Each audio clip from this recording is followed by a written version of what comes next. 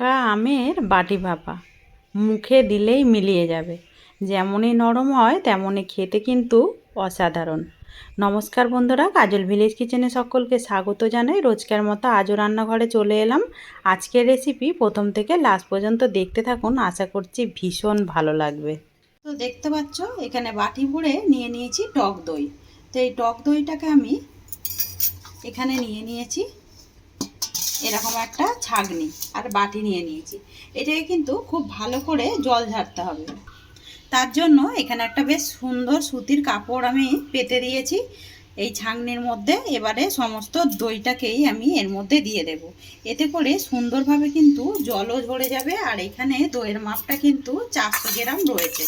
সমস্ত দইটাকেই আমি দিয়ে দিয়েছি ছাঁকনির মধ্যে। দেখতে পাচ্ছ নিচে থেকে কিন্তু জল একদম বেরোতে শুরু করেছে। এইভাবে সুন্দর করে জলটাকে আমরা ছেঁকে নেব। তো এখন এটাকে এইভাবেই রেখে দেব 1 ঘন্টার মতো।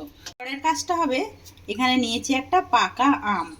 তো দেখতেই পাচ্ছ বেশ বড়ই আছে। এই পাকা আম দিয়ে আর এই দই দিয়ে এত সুন্দর বাটি ভাপা হয়, সেইটা আজকে একদম খুবই কম সময়ে আর কম উপকরণেই করব। তো তার জন্য এখানে লাগছে একদম মিষ্টি পাকা আম। এবার এই আমটাকে খুব ভালো করে আগে কেটে নেব। আমটাকে খুব ভালো করে আমি কেটে নিয়েছি। এবারে এখানে একটা ছুরি নিয়েছি বেশ ছোট দেখে, মাঝ বরাবর এইভাবে আমি আগে পিস পিস করে নেব। তো পুরোভাবে কিন্তু পিস করছি না, দেখতেই পাচ্ছ। শুধু আমের গায়ে এইভাবে দাগ কেটে কেটে দিচ্ছি। এতে করে খুব সহজে কিন্তু আমের শাঁসটা কিন্তু খুব সহজেই বেরিয়ে আসবে। এই দেখো কত সুন্দরভাবে কিন্তু দেখতেই পাচ্ছ, দারুণ সুন্দর হয়েছে। এবার আমরা এইটাকে একটা চামচ নেব। চামচ নিয়ে সমস্ত আমের এইগুলো বের করে নেব। কত সুন্দরভাবে সমস্ত আমটাকেই এইভাবে আমি বের করে নিয়েছি। একদম দেখতেই পাচ্ছ একদম কিছু নেই, একটা চোগলা রয়েছে শুধু। এবার এই অপর আমটাকেও সমস্তটাকেই বের করে নেব। নিয়ে একটা মিক্সিতে দিয়ে খুব ভালো করে আমি বেটে নিয়ে ফিরে আসছি। ভালো করে মিক্সিতে দিয়ে আমি আমটাকে একটা জুসের মতো করে নিয়েছি। একদম ক্রিমের মতো করে কত সুন্দর হয়েছে দেখুন, থকথকে একটা। এইভাবে একদম জল দেবে না, কিন্তু মিক্সিতে দিয়ে খুব ভালো করে এইভাবে একটু এটাকে ফেটে নিতে হবে। অপরদিকে বেশ 1 ঘন্টা মতো হয়ে গেছে। এর মধ্যে আমি কয়েকটা ভারী কাঁচের বাটি বসিয়ে দিয়েছিলাম, যাতে করে খুব সহজে কিন্তু জলটা একদম বেরিয়ে যায়। দেখতে পাচ্ছ একদম কিন্তু জল বেরোচ্ছে না। এইভাবে সমস্ত জলটাকে আমি ছেঁকে নিয়েছি। কতটা জল বেরিয়েছে দেখতে পাচ্ছ। এবারে দইটাকে আমি বের করে নেব। এখানে সমস্ত জলটাই কিন্তু বেশ ভালো করে আমি ফেলে দিয়েছি। সমস্ত দইটাকেই আমি নিয়ে নিয়েছি একটা বাটির মধ্যে। আর জলটা দেখুন ছেঁকে ফেলে দিতে কতটা দইটা কিন্তু কমে গেল। আর একটা একদম ছানার মতো ঠিক হয়ে আছে। এবারে আমি এর মধ্যে দিয়ে দেব যেই আমটাকে আমি বেটে রেখেছিলাম, সমস্ত আমটাকেই এর মধ্যে দিয়ে দেব। এবারে এর মধ্যে দিয়ে দেবো, যেহেতু আমটাও প্রচুর মিষ্টি ছিল আর দইটাও অতটা টক ছিল না, তার জন্য আমি এখানে 1 বাটির থেকে কিছু কম চিনিকে আগে থেকেই গুঁড়িয়ে রেখেছিলাম। এই সমস্ত চিনিটাই দিয়ে দেব। এখানে কিন্তু 5 চামচের মতো চিনি হবে। যদি মিষ্টিটা তোমরা কিন্তু ফেটে নিয়ে চেক করেও দিতে পারো। আর চিনির বদলে তোমরা চাইলে এখানে কনডেন্স মিল্কও ব্যবহার করতে পারো। এবারে এখানে দিয়ে দেবো 1/2 চামচের মতো আমি এলাচ গুঁড়ো। এলাচ গুঁড়ো দিলে এতে টেস্টটা কিন্তু দারুণ আসবে, খেতে কিন্তু ভীষণই ভালো লাগবে। আর এলাচ গুঁড়োর গন্ধ যদি না ভালো লাগে তাহলে কিন্তু না দিলেও হবে। এবারে এই সমস্ত উপকরণগুলোকে 4টে উপকরণ খুব ভালো করে আমরা মিশিয়ে নেব। এলাচ সকলেরই বাড়িতে থাকে, যদি পারো তো একটু গুঁড়িয়ে নেবে। এবারে এইভাবে আমি একটা ক্রিমের মতো করে দইটাকে আমের সঙ্গে চিনির সঙ্গে খুব ভালো করে মিশিয়ে নেব। যেমন ঠিক আমরা কেকের ব্যাটার রেডি করি সেই রকমই ভাবে আমি এইভাবে খুব ভালো করে গুলে নিলাম। একটা থকথকে দেখতে পাচ্ছ একদম ব্যাটার রেডি হয়ে গেছে। এবারে আমরা এটাকে এখন সাইডে রেখে দেব। এখানে নিয়েছি একটা কেকের টিন। কেকের টিনের মধ্যে আমি একটু সাদা তেল মাখিয়ে রেখেছিলাম। এখানে নিয়েছি একটা খাতা, একদম লেখা হয় না, একদম ভালো খাতার একটা পেজ। এই পেজটাকে খুব ভালো করে মাপ করে আমি কেটে নিয়েছি। এবারে ঠিক এইখানে আমরা এটাকে বসিয়ে দেব। এতে করে কি হবে, সুন্দরভাবে কিন্তু একদম এটা কেকটা মানে বেরিয়ে আসবে, যেই বাটি ভাপাটা করছি বেরিয়ে আসবে। ওপর থেকে দিয়ে দেবো আবারও একটু তেল, তাহলে কিন্তু এটা একেবারেই বাটার পেপার হয় সেরকমই হয়ে যাবে। তোমাদের কাছে যদি বাটার পেপার থাকে তোমরা তাহলে সেই ক্ষেত্রে দিয়ে দিতে পারো। এবারে তেলটাকে দিয়েও আমি খুব ভালো করে এইভাবে আমি মাখিয়ে দেব। খুব ভালো করে একটা কেক টিন রেডি করে নিলাম। তোমরা চাইলে কিন্তু এরকম স্টিলের থালা যে কোনো পাত্রের মধ্যেই কিন্তু আজকের এই বাটি ভাপাটা করতে পারো।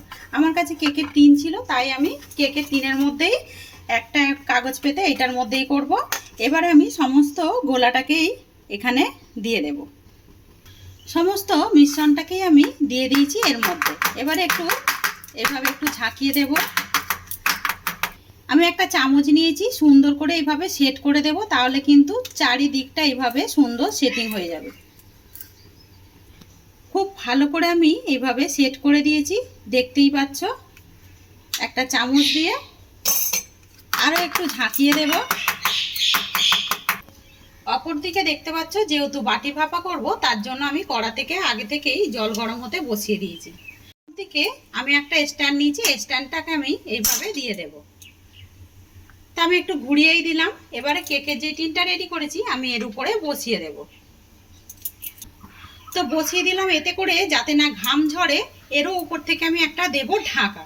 তার জন্য এখানে আমি একটা প্লেট নিয়েছি, প্লেটের মধ্যে সাদা একটা কাপড় দিয়ে দিয়েছি, কাপড়টাকে একটু ভালো করে মানে ভিজিয়ে নিয়েছি, তারপরে ঢাকা দিয়েছি যাতে না নিচে থেকে লেগে যায়। এবার আমি এইটাকে 25 মিনিটের জন্য লো টু মিডিয়ামে ভালো করে এটাকে ভাপিয়ে নেব।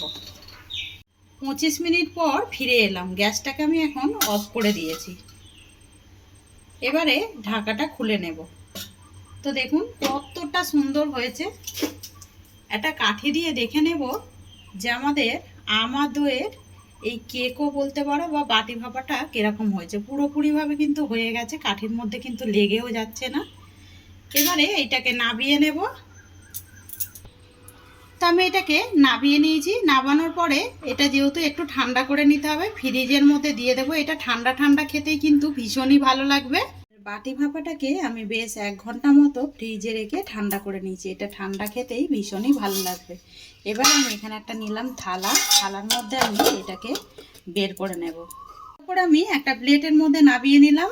এবারে এটাকে সুন্দর করে আমি কেটে নেব। ঠিক এইভাবে মাছ বরাবর আমি সুন্দর করে কেটে নেব। আর কতটা সুন্দর হয়েছে দেখুন, একদম মুখে দিলেই এরকম আমের একটা বাটি ভাপা, তাহলে কিন্তু একদম মিশে যাবে। সুন্দর করে এইভাবে আমি পিস পিস করে কেটে নেব। তোমরা তোমাদের পছন্দ মতো করে পিস করে কেটে নেবে। এবারে সমস্তর ওপরে আমি এখানে কিছু আম কেটে নিয়েছি, যে আঁটিটা হয় আঁটিটা দিয়েই টুকরো টুকরো করে কেটে নিয়েছি। এখানে আমি কিছু নিয়ে নিয়েছি শুকনো বাদাম, ওপরে দিয়ে দেবো আমি আগে বেশ কিছুটা আম, এতে করে দেখতে খুব সুন্দর লাগবে।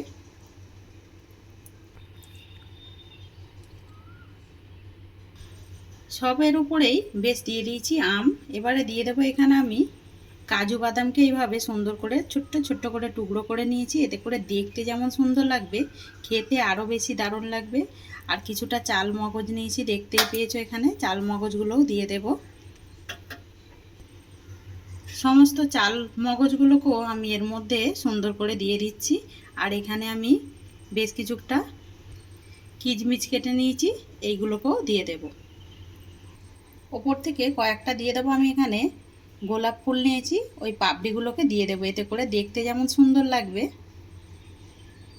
আজকের রেসিপি আপনাদের কীরকম লাগছে অতি অবশ্যই কমেন্ট করে জানাবেন। যদি ভালো লেগে থাকে একটা লাইক করে দিয়ে এইভাবে আমার পাশে থাকবেন, আমাকে সাপোর্ট করবেন। আমার এরকম নিত্য নতুন রান্নার জন্য পাশে থাকা বেল আইকনটি প্রেস করবেন। সবাই ভালো থাকবেন, সুস্থ থাকবেন, ধন্যবাদ। আবারও কোনো নতুন রেসিপি নিয়ে ফিরে আসবো। আজকের মতো এই পর্যন্ত।